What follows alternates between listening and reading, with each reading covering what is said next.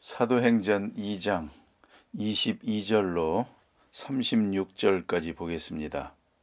사도행전 2장 22절로 36절 찾으신 대로 함께 봉독합니다.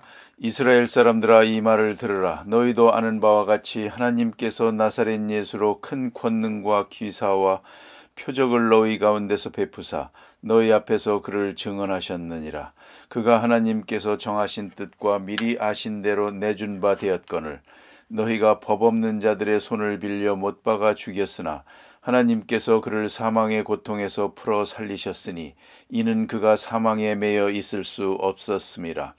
다윗이 그를 가리켜 이르되 내가 항상 내 앞에 계신 주를 배웠으며 나로 요동하지 않게 하기 위하여 그가 내 우편에 계시도다. 그러므로 내 마음이 기뻐하였고 내 혀도 즐거워하였으며 육체도 희망에 거하리니 이는 내 영혼을 음부에 버리지 아니하시며 주의 거룩한 자로 썩음을 당하지 않게 하실 것이미로다.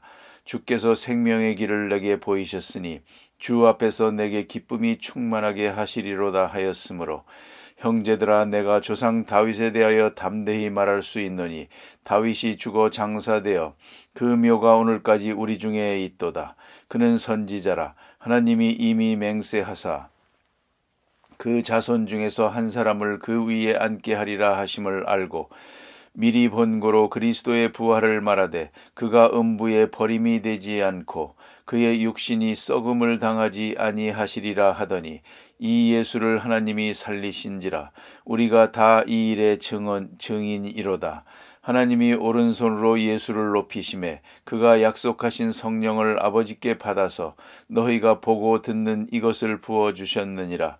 다윗은 하늘에 올라가지 못하였으나 친히 말하여 이르되 주께서 내 주에게 말씀하시기를 내가 내 원수로 내 발등상이 되게 하기까지 너는 내 우편에 앉아 있으라 하셨도다 하였으니 그런즉 이스라엘 온 집은 확실히 알지니 너희가 십자가에 못 박은 이 예수를 하나님이 주와 그리스도가 되게 하셨느니라 하니라. 아멘.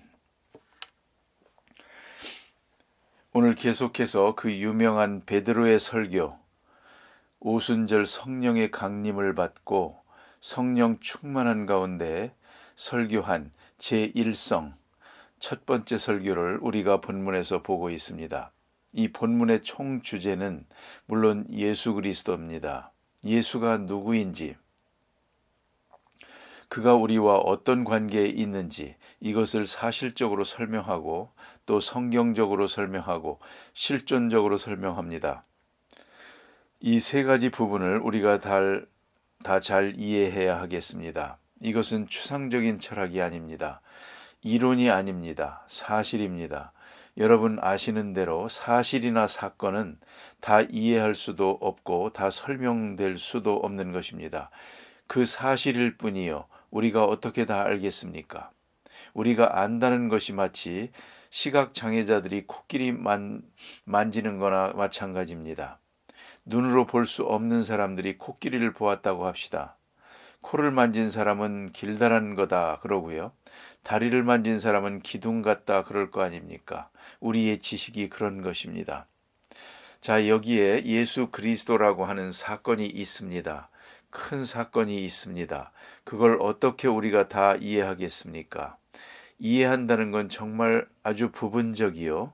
그리고 최소한 자기 생각에 준할 수밖에 없습니다. 그리고 자기가 이미 가지고 있던 전 이해, 그 프리즘을 통해서 조금씩 이해하고 있을 뿐입니다. 그러나 사건은 이해보다 큰 것입니다. 이걸 꼭 잊지 말아야 합니다. 내가 어떤 경험을 해도 내 경험보다 사실은 큰 것입니다. 사실과 진리는 큽니다. 그리고 내가 아는 것은 조금이다. 이것을 아는 것이 겸손이요 진실입니다. 자, 그런데 이러한 사건적인 것이라든가 위대한 사건, 그 다음에는 성서적으로 이해해야 됩니다. 부득불 성경 맥락에서 풀어나가야 됩니다. 성경적으로 이해하고 그 다음에는 실존적으로 저 사건이 나와 무슨 상관이 있나, 이걸 꼭 잊지 말아야 됩니다. 그래서 말끝마다 시간마다 우리 마음속에 이해해야 됩니다. 영어 한마디 하겠습니다. So what? 그래서 어쩌란 말인가? 예수 부활, 그래서 어쩌란 말이요? 예수 사건, 그래서 어쩌란 얘기요? 당신하고 무슨 관계가 있어? 이게 바로 실존적 이해입니다. 2000년 전이든 3000년 전이든 그게 나하고 무슨 상관이요? So what?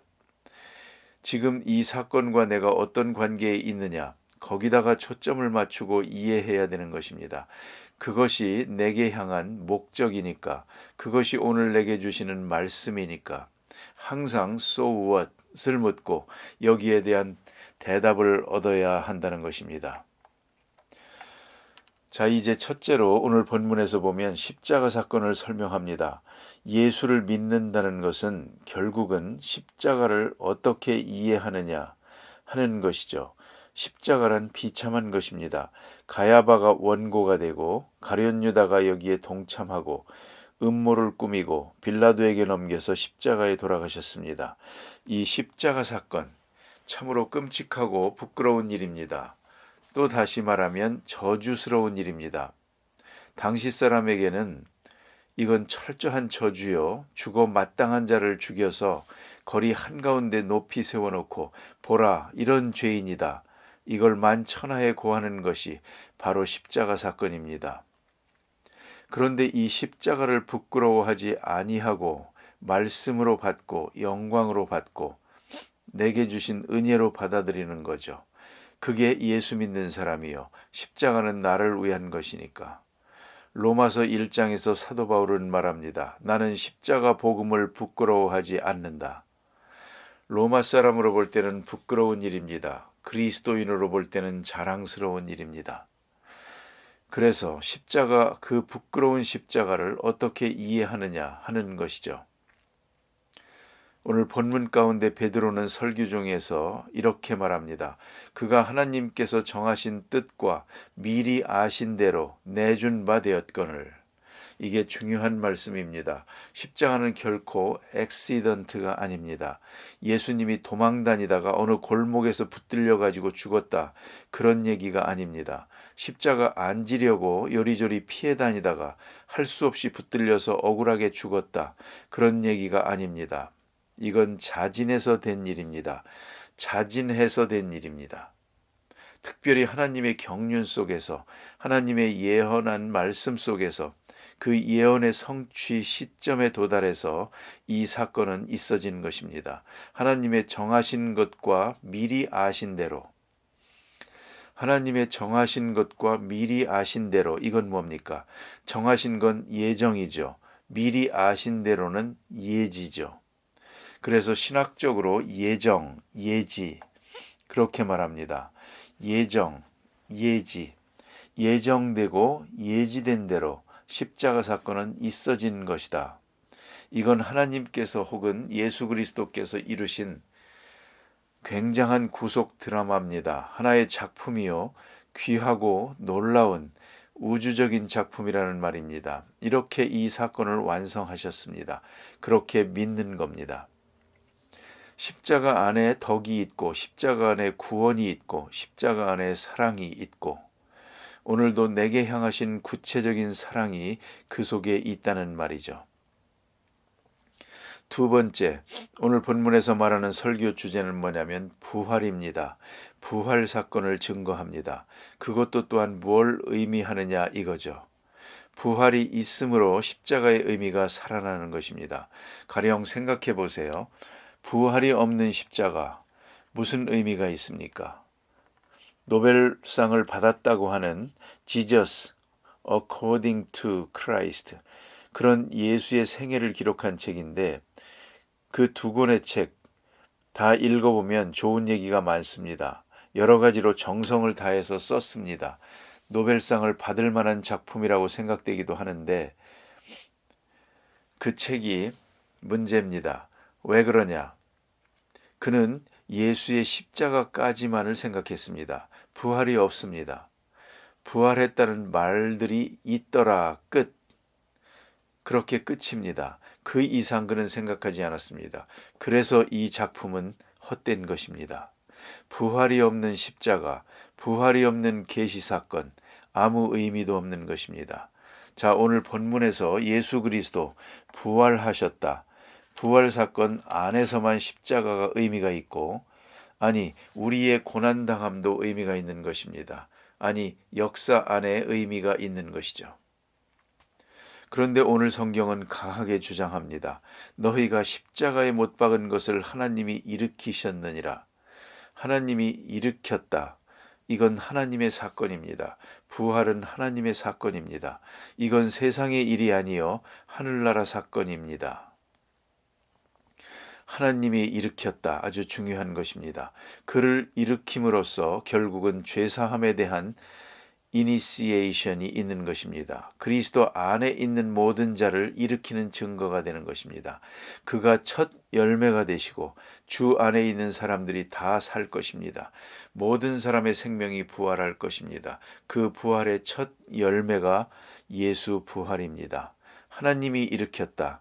이건 재창조의 역사입니다. 이를 통해서 우리의 미래를 계시하신 것입니다. 우리의 과거는 십자가까지 끝이요. 우리의 미래는 부활로부터 시작됩니다. 놀라운 계시적인 사건입니다. 그런 의미가 거기에 있는 것이죠. 세 번째 교훈은 뭐냐? 우리가 다 증인이다 그랬습니다. 우리가 그 증인입니다. 긴 말이 필요 없습니다. 우리가 보고 듣고 만졌다 이겁니다. 십자가도 부활도 보았고 우리가 증인이다. 또 성령이 충만할 때에 이 말을 하게 되는 것입니다. 성령 받지 않은 사람이 어떻게 내가 증인이라고 하겠습니까? 십자가에 죽은 자를 향해서 부활했다고 한다면 예수를 십자가에 못 박은 사람들이 부활했다는 사람들을 그냥 두겠습니까? 부활이 사실로 증거되는 순간 예수를 죽인 사람들은 천하에 용서할 수 없는 죄를 지은 자가 되거든요. 그러니까 예수 십자가 사건에 관계된 모든 사람을 정죄하는 것입니다. 아니, 저주하는 것입니다. 자, 보세요. 가야바는 예수를 죽였습니다. 그런데 가야바 앞에 가서 예수 부활했다고 어떻게 되겠습니까? 가야바는 영원히 용서받을 수 없는 죄인이 되는 것입니다. 그렇지 않습니까? 빌라도가 예수를 죽였습니다. 그런데 빌라도를 찾아가서 예수 부활했습니다 하면 어떻게 됩니까? 당신은 무슨 재판을 한 거요? 하나님의 아들을 죽였어 당신이. 이런 정죄가 되는 것입니다. 그런 거로 예수를 십자가에 못 박은 사람들이 예수 부활했다고 증거하는 사람들을 그냥 둘 수가 없습니다. 모조리 죽일 생각입니다. 야고보를 죽였고 스데반을 죽였고 누구든 간에 닥치는 대로, 그래서 다메섹까지 찾아가서 예수 부활했다고 하는 사람들을 끌어다가 처형하려고 했던 거 아닙니까? 이걸 잊지 말아야 됩니다. 그러니까 예수 부활하고 말하는 순간, 예수의 증인이 되는 순간에 그는 예수처럼 죽을 수밖에 없는 것입니다. 그러나 예수처럼 죽을 때 예수처럼 부활하는 것이죠. 이 사실을 잊지 말아야 합니다. 그래서 29절에 보면 담대히 말합니다.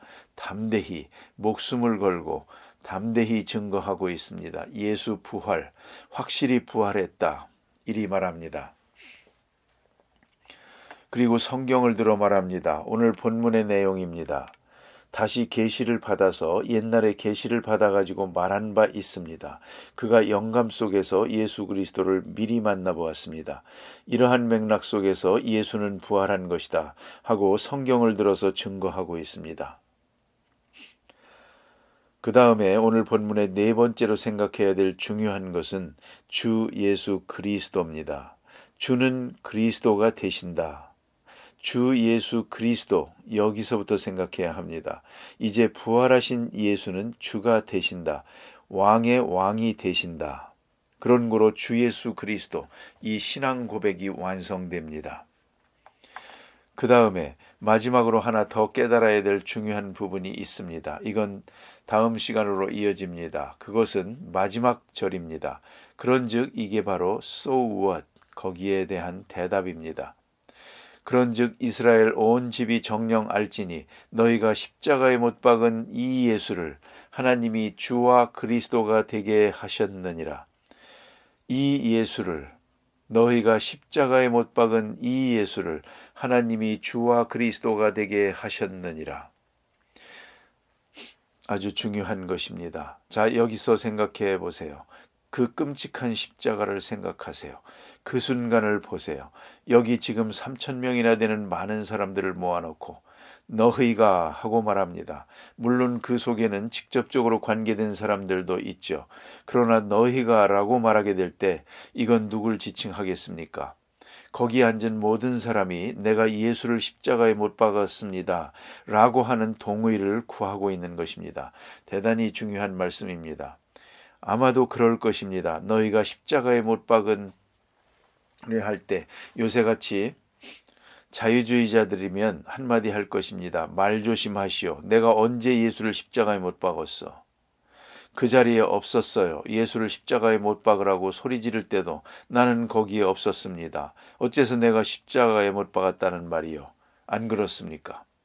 그러나 이제 이어집니다. 다음 시간에 보게 되겠지만 저들은 말합니다. 이 말을 듣고 마음에 찔려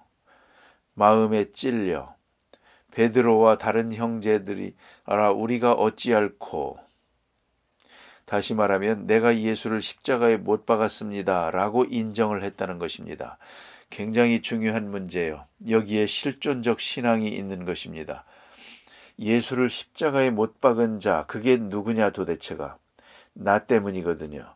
내가 예수를 십자가에 못 박았다 라고 하는 그리스도와 나와의 바른 관계, 그것이 생기는 것입니다. 그럴 때에 그리스도의 부활이 나 자신의 부활로 그 의미가 살아나게 되는 것입니다. 자, 우리가 생각해 봅니다. 2000년 전 사건입니다. 골고다 언덕의 사건입니다. 십자가를 쳐다볼 때마다 왜 십자가는 있어야 했는지, 나를 위해서. 누가 십자가에 못 박았느냐? 내가 못 박았지. 우스운 얘기가 있죠. 며느리가 먼저 교회 나오고 오랫동안 애쓰고 기도해서 시어머니를 교회 나오게 했습니다. 그런데 시어머니가 세례문답을 해야겠는데 그러니까 며느리가 가르쳐 주었습니다. 목사님이 묻기를 예수님은 누구 죄 때문에 죽으셨나요? 라고 물으시거든 내 죄 때문이에요. 대답하라고 했습니다. 알았다, 알았어. 그리고는 교회에 갔습니다. 세례문답을 하는데 예수님은 누구 죄 때문에 죽으셨나요? 그러니까 며느리 죄 때문이요. 그랬답니다. 바로 여기에 문제가 있는 것입니다. 며느리 죄 때문이요. 모두가 내 죄 때문이요. 예수를 십자가에 못 박은 게 누구냐? 내가 못 박았습니다. 거기에 유명한 전설이 있습니다. 어떤 사람이 기도할 때마다 이상하게도 십자가가 자꾸 눈에 보였습니다. 눈에 보여서 늘 십자가에 못 박은 자를 욕했습니다. 예수를 십자가에 못 박다니 나쁜 놈들. 어떻게 예수를 십자가에 못 박는가? 저런 죽일 놈들. 그럴 수가 있나? 항상 그게 늘 마음 가운데 분노, 원망이고 그랬는데 어느 날 꿈을 꾸었습니다. 매달린 예수에게 사다리를 놓고 올라가서 또 못을 박는 것입니다. 저런 죽일 놈이 있나? 아니 못 박힌 예수에게 또 못을 박다니. 그리고 사다리를 타고 올라가 가지고 못 박는 사람의 옷을 잡아 뜯었습니다. 얼굴을 확 돌릴 때 보니까 자기 얼굴이더랍니다. 그래서 통곡을 했다는 것입니다. 자, 내가 예수를 십자가에 못 박았습니다. 내가 예수를 십자가에 못 박고 있습니다. 이것을 믿고 이것을 받아들이고 이것을 인정하며 사는 그가 그리스도인입니다. 그래서 오늘 초대교회에서 보면 너희가 십자가에 못 박았다. 이 말을 듣고 선생들아 우리가 어찌할꼬 이렇게 묻고 있지 않습니까? 십자가와 나와의 종말론적 관계, 실존적 관계를 이루는 것입니다. 언제나 이건 현재 사건입니다. 언제나 나와의 사건입니다. 그 누구와의 얘기가 아닙니다. 내 문제요. 현재의 문제입니다. 바로 그것이 신앙입니다. 기도하십시다.